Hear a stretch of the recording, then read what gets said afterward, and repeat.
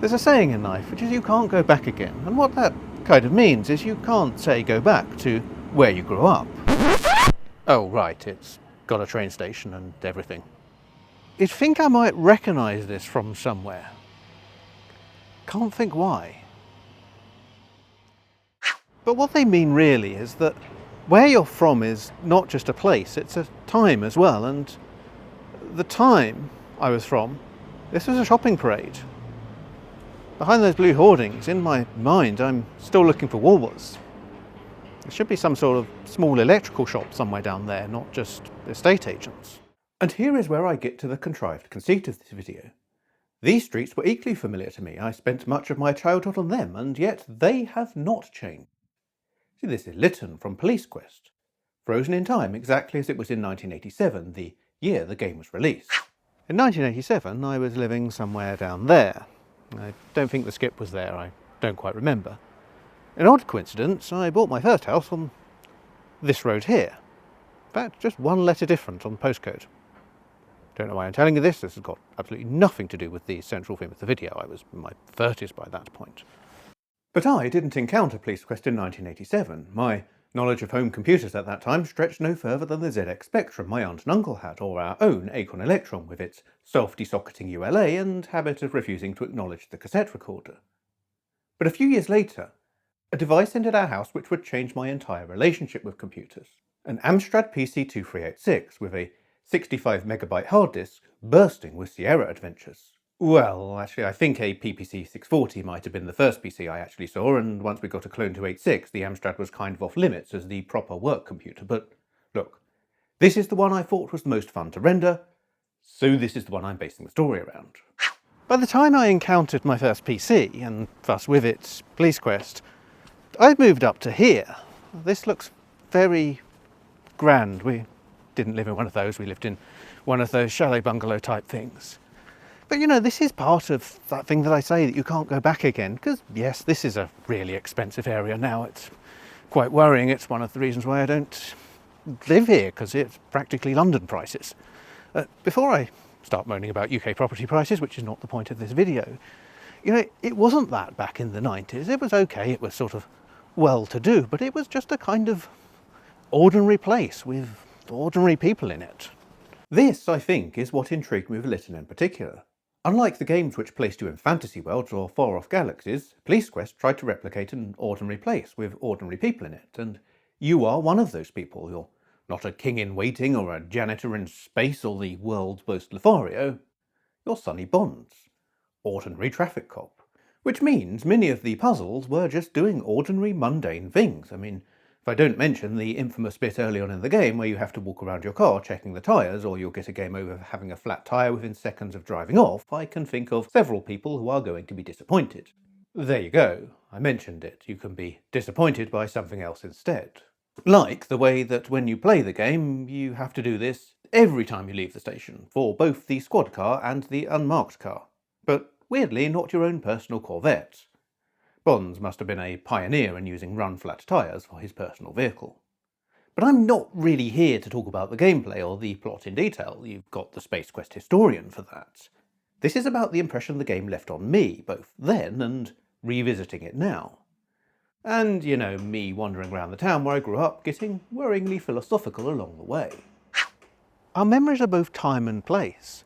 This, Station Approach, my memory of it isn't just of Station Approach, it's of Station Approach after the Great Storm of 1987, with these trees sort of down across the road, you know, parked cars with smashed windscreens where branches have fallen through them. And you'd think a smarter man might not stand under those trees, but, you know, once in a lifetime event, and it doesn't really look that stormy. What I'm getting at here is I'm not just remembering the streets of Lytton, I'm remembering seeing them in the very early 90s as maybe the 5th or 6th game for a home computer had ever been allowed to sit down and play. I'm not sure exactly which of the AGI games that was. If I checked, I'd probably ruin my own narrative by finding out it was King's Quest III or Space Quest, but it doesn't really matter. What impressed me with Police Quest was how much freedom the city gave you. I'm not going to tell you I was an expert in computer games at this point, because I've just told you I'd played about 5 of them, plus a small selection of Master System and arcade titles, but my general impression was that you weren't allowed to get far off track before either something killed you or a timer ran out. The Sierra games were better, but King's Quest was full of roaming baddies prepared to rough you up, and Space Quest you were always nervously waiting for the Saurians to pop up and attack. But with Police Quest, once you attended the morning briefing, you could jump in the car and... oh right, yeah, flat tyre. Okay, you could check the car carefully, then jump in it and go anywhere in the city. The only thing which could stop you were red lights, other drivers, and the slightest of curbs. Evidently, Sonny Bonds has stanced his patrol car off screen.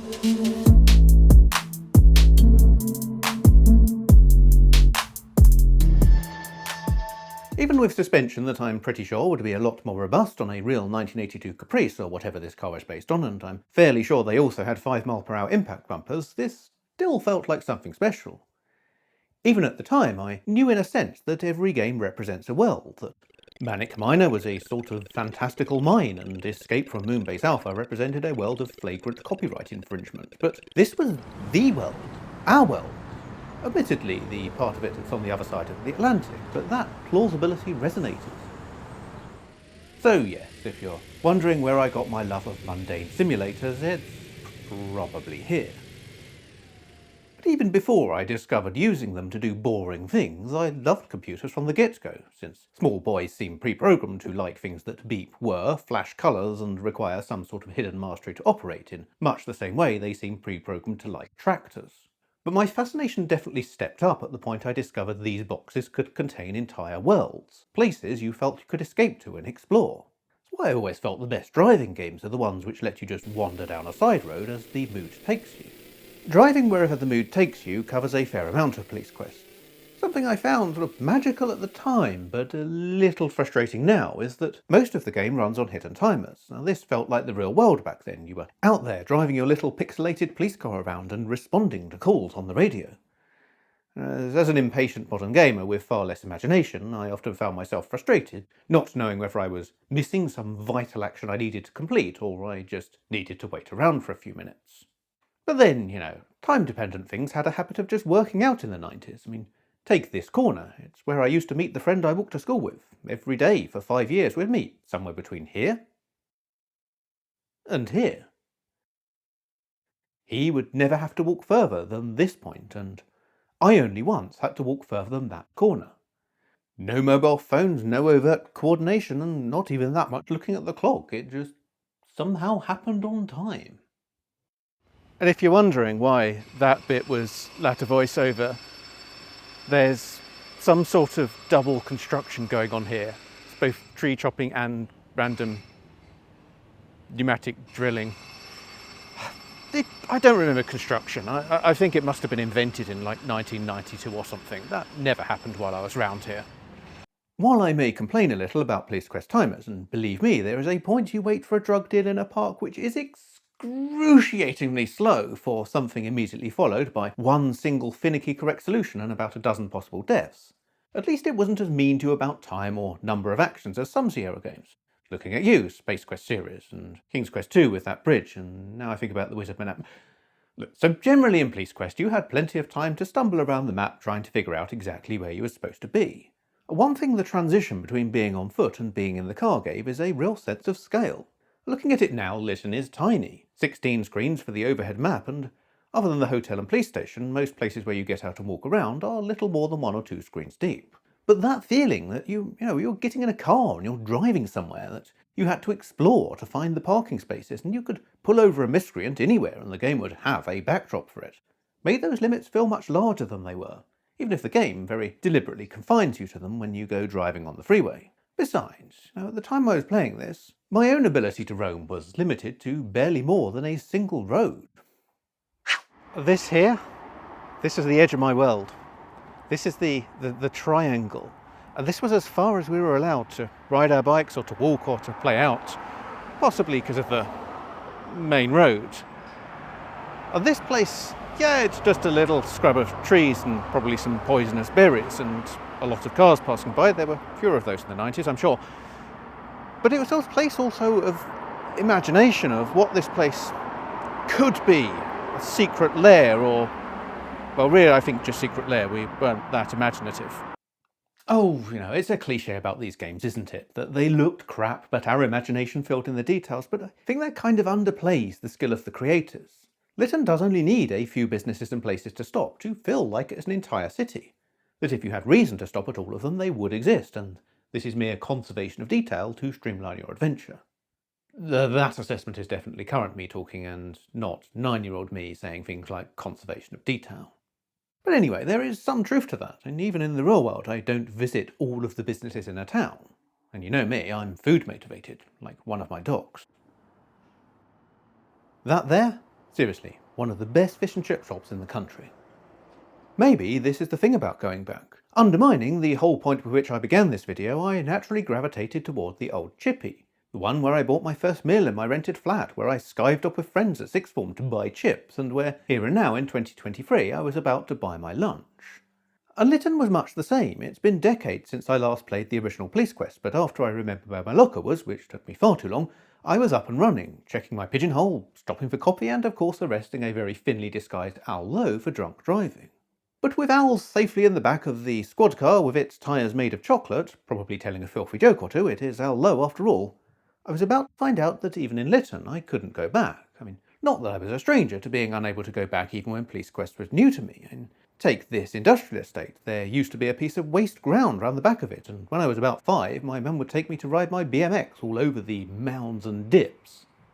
About a year later, it got closed for having quite a lot of chemical waste in the ground and being generally unsafe. Oh, usually when you mention that sort of thing, it's a magnet for comments going, "Oh, they let us play with chemicals all the time and didn't do any of us any harm." But look, you don't want me to give you the lecture about survivorship bias, and besides, I'm not entirely sure I was unaffected by those chemicals I used to cycle my BMX over. I genuinely thought it would be a good idea to make a video about an old adventure game by going to the place where I grew up and filming random bits of it until I was arrested after someone called into the police saying, "There's a weirdo going around filming." Okay, secretly, backup plan. I review Police Quest by getting arrested for real. Yeah, maybe for Police Quest 2. Well, this has all got a bit self-indulgent, hasn't it? But perhaps an early sign of chemical-induced brain damage is that I never got further than that point. See, Police Quest's difficulty didn't stem from lateral thinking or your ability to recognise what fairy tale you were currently in. It stemmed from rigid adherence to 1980s US police protocol, which mostly seems to revolve around checking tyres. And that gets combined with the tendency of Sierra's AGI and early SCI parsers to be a little obtuse. A certain Leisure Suit Larry 2 puzzle is so famous for it, even the hint book warns you to very explicitly request putting the bottle in the bag. I'm sorry if I just spoiled Leisure Suit Larry 2 for you. In fairness, you've had a while to play for it, and I'm not really that sorry. I'm going to be spoiling games once more, because before booking a prisoner at the jail, you have to secure your gun in the outside locker. Otherwise, this happens.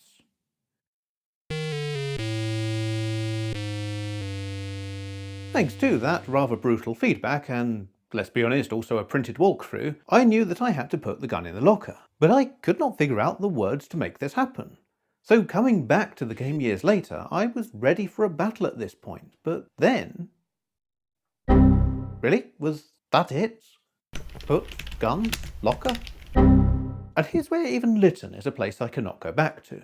For the version I'm playing here is the one from the Police Quest collection, 2.0G. It's almost certain the one we had was an earlier version. Did Sierra fix some parser bugs? Did I keep overcomplicating things and never try the simple option? Was our inevitably pirated copy broken in some way? And even, given I lived in a household with high technical competency, did my stepdad find or build an editor for words.toke, the file which tells the game what everything is called, to stop my youthful eyes from seeing this, which happens immediately after you book the drunken Al Lowe? And it seems unlikely, but you should have seen the amount of trouble I got in for finding Leisure Suit Larry on the Amstrad's hard disk and working out the answers to all the trivia questions. I know, it seems so unlikely with me such a good boy. This pub has changed a lot since I remember it. It looks like it's been decorated, which it certainly hadn't been in my time, but it was also the closest to our sixth form, and sixth form's kind of the point at which some of us started turning 18 and other of us were 17 and didn't really care, and besides, that place never really checked for ID back in the day. There was this sort of loose pact going on because it was also so close to the sixth form that it was where our teachers drank. We had a simple thing going on, which was, if you don't recognise us from school, on the part of the teachers, they would think, we won't recognise you from school, and let the bar staff know that A, many of you are underage, and B, quite a few of you should be in a physics lesson right now. Sonny Bonds is definitely not allowed to drink on duty. See, Sonny is a good cop. All of the police you work with in Police Quest are good cops, give or take the mysterious gremlin and their low-level campaign of mischief against Sergeant Dooley. This is a subtext I certainly missed when I was 9 years old, and it was perhaps a less obvious subtext at the time Police Quest was made anyway, and certainly a less obvious one at the time in the UK than it was in the US. But yeah, if you made this game now, the squeaky clean precinct would not pass without comments. And this is a thing I always struggle a bit with covering Sierra. You can't go back again. I'm looking at games I experienced as a child, or in the case of Leisure Suit Larry, as a very edgy teenager, but I'm looking at them through the eyes of a warily cynical 40-year-old who's lived through the social media age and has a constant background suspicion of, right, how are my emotions being manipulated this time?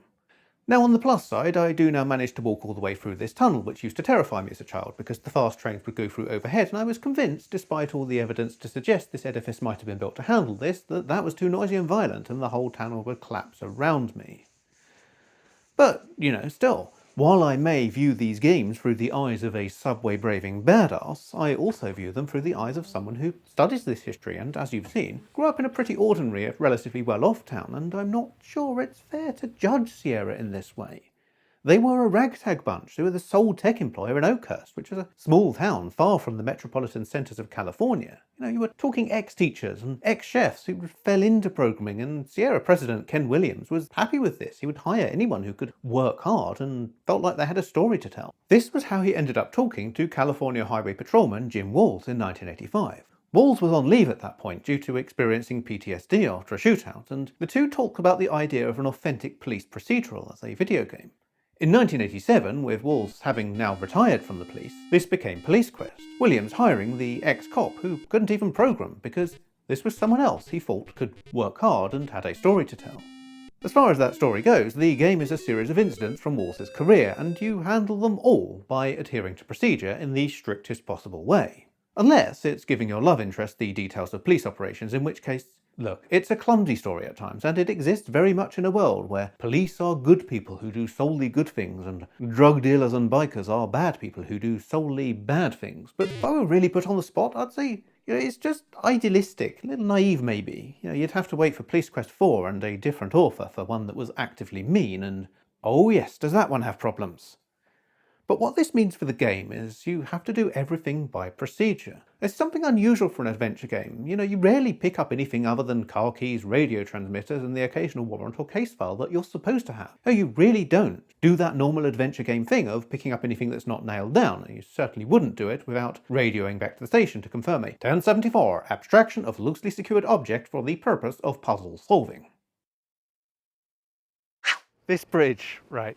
So I used to cross this every day walking home from school, and one day we had this message at school that said, all of you who go home this way, you've got to go to home a different way. And I think it was just something that was going on sort of down there, there's a little car park. But this rumour went round the school. The bridge has been stolen. Someone's taken it. What would they want from that? Scrap wood? Who knows? Of course it came through the next morning, and no, the bridge had not been stolen. Of course it hadn't. It's the same bridge there that's always been there. While the bridge may not be any different, my ability to progress through the game certainly is, so for the first time I found myself getting to the end of Police Quest, which is, in my opinion, where the game falls apart a bit. The problem is not so much bridge as it is poker. Yes, the 1980s Sierra mandatory gambling segment rears its head not once, but twice. You need to save scum, exploit, or just soullessly bludgeon your way through the separate poker games to get to the ending, which then plays out in front of you without any interaction on your part. Yes, the last thing you do as a player in Police Quest is climb some stairs, radio in a location, and then wait. Well, unless you take off your clothes when the game gives you a prompt back at the end to show you how many points you missed by not doing things according to procedure. There's a lot of licence plates I failed to radio in, apparently. Not only is this cutscene-based ending a little perfunctory, but the section leading up to it goes off the rails for me somewhat. See, the whole game leading up to this point has been a procedural. You, as a police officer, slowly bring down Lytton's premier drug baron by carefully apprehending drunk drivers, declining Leisure Suit Larry-style encounters with drivers of red convertibles, and always radioing everything of note back to dispatch. Then suddenly, out of nowhere, here you are with your not-to-be-worn after Labour Day suit, your fancy hat, your gold-top cane, and a high school sweetheart you just busted out of jail, having only just met for the first time in years that afternoon, risking both your life and public money in a backroom poker game. I don't know. All the things other people get upset by. The driving, the rigid adherence to rules, the flat tyres, and yet other than a mild grumble about waiting for timers to tick, this is the one thing that annoys me. I want this game to commit to procedure. I don't want to take down Baines in a shootout I have no control over. I want to take him out by radioing and licence plates, gathering evidence, and ultimately distracting him so he doesn't perform a walk-around tyre check at a critical moment. But perhaps I'm less offended by those very 1980s game mechanics and simplistic police good, criminals bad morality, because other than digging it out for a bit of nostalgia, I'm happy to leave Police Quest in the time and place it existed for me.